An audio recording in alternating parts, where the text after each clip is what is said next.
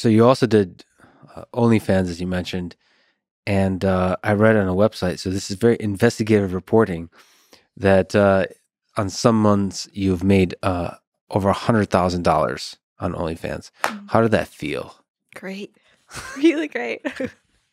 I mean, like, well, actually, because so much of your upbringing, you didn't have money. You had to struggle with the factory job and so on.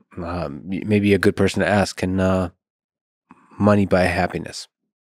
Well, I mean, I think you get like a resting set point of happiness regardless of how much money you have, but money can buy being less stressed, I would say. Is there a lot of variation in the basic rest happiness for humans in general? Like, is that a good I don't thing think to so. think about? I mean, they've done some studies, but again, I'm not sure. I haven't actually read the study, so maybe they didn't replicate, where like they measured people before and after winning a bunch of money to see if their happiness was higher. Yeah. I think like it's by some measures it was, and by some it wasn't. No, I mean like basically almost genetically, so nature nurture, but is there, let's say after you're 18, is there like some stable level of happiness that all the environmental genetic factors combine to create so that everything that life throws at you has to face that happiness? Like you mentioned earlier that I seem to be happy with a lot of stuff. So maybe I have a certain level. Do other people have a lower level? Some people have higher level. Yeah, definitely. Like, is that a useful, or is that a useful model of human beings, or is it all ups and downs? Like, is it all like, Well, I mean, there's it's no not a stable combo, right? Like, I don't know. Some people just are happier than others in general, and other people aren't. But then you also have ups and downs. Like, I'm sure you've experienced sadness sometimes and happiness the other times. like if I actually were to integrate, so have an integral onto the area onto the curve. I don't know if I'm different than other people. Maybe I'm just like really focused on the happy moments and maybe feel the down moments most intensely. And maybe that, like, on average, it's all the same. Is that possible? I mean, maybe. I don't know. Like, I remember when I was a kid, my mom would call me Pollyanna all the time because I was like finding the good in everything. Oh, yeah? I'd be like, something bad would happen. So you were a like, happy kid. I was a really happy kid. Yeah. Even in the harsh conditions. Yeah. I mean, like I said, like I think the harshness comes from the bad meaning. Like, and I had good meaning applied to it. You were a stoic. I was, yeah. With another book I'm reading next week, tune in. Marcus Aurelius Meditations. All right. All right. Camming 100K. So it felt good. So it's crazy though, right? You can just like take clothes off in a creative way with some gnomes and make 100,000. Yeah, I mean, there was a lot more to it than that, but yeah. What was it? What's the different I mean, it's process? marketing. Like, so with my free cams, I was unusual in that I decided to do outside of the website marketing. I would like post on Reddit, right? Mm-hmm. This was very unusual at the time, but like OnlyFans is structured such that they have almost no internal discovery whatsoever. So if you want people to come to your page, you have to go out onto external websites and advertise for yourself directly. Very different model. And so this is something I had already been doing and already had practice in. And so I think I was like already quite advanced. Like I already had an account on Reddit that was like 7 years old at the time. Tons of like karma. That means I could post in subreddits. I'd already been on Twitter for years, you know, like posting actively. So I already had like presences on all these other platforms that really helped with the conversion. Reddit and Twitter?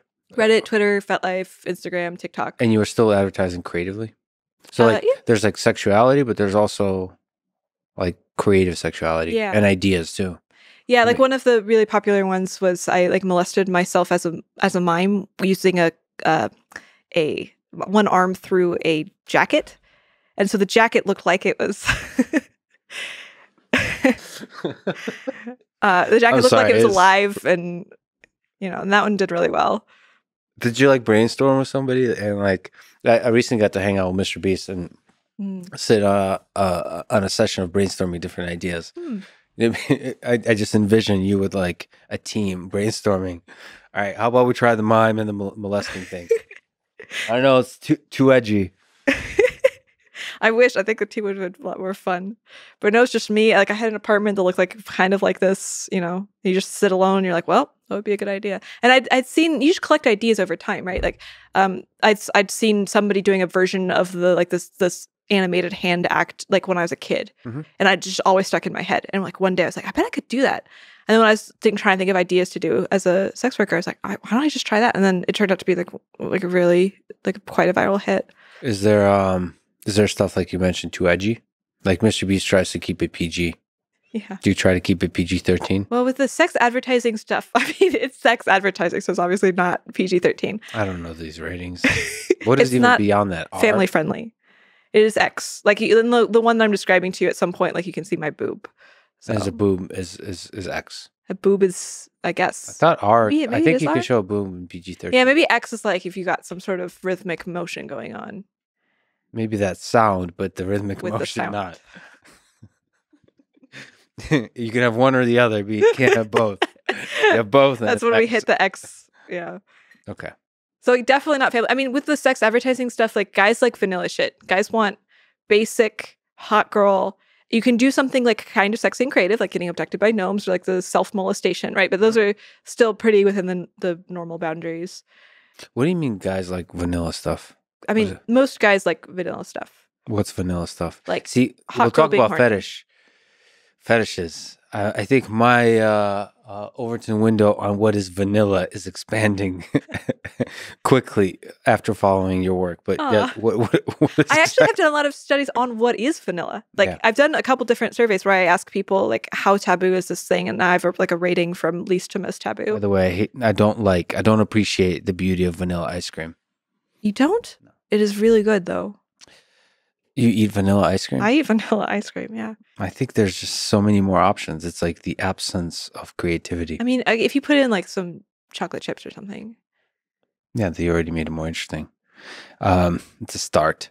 Okay, so what's vanilla? What and why do guys like vanilla? So hot girl doing hot girl things? What, like undressing and then Yeah. having sex? The thing that I found was most successful were frames where the man was framed as passive and the woman is active. Or like, for example, like, oh, you know, we got assigned to the same bunk at the breeding school or something. Or like, Yeah. oh, we're the last people on Earth. Right. Yeah. Or like, oh no, you know, I desperately need somebody to like cure me with this disease and I need semen. So it's like Yes. in any scenario where the guy is just like finds himself such that the woman like desperately needs him for some reason and he Yeah. doesn't have to do much. That is like typically one of the much more successful things. Like guys like women falling into their lap. What about the power dynamic? So guys are less into power dynamics than women are. And you can do power dynamics as long as it's like handed to them. Some guys are like very dominant and like prefer like having to work, but this is the minority. Like if you're trying to make 100K in a month and you're trying to appeal to the widest group of people, the most effective advertising, you're not going to be making the most money by being like particularly submissive. So on the camming side, that's your unlike escorting or just personal relationships. You're trying to you have an audience.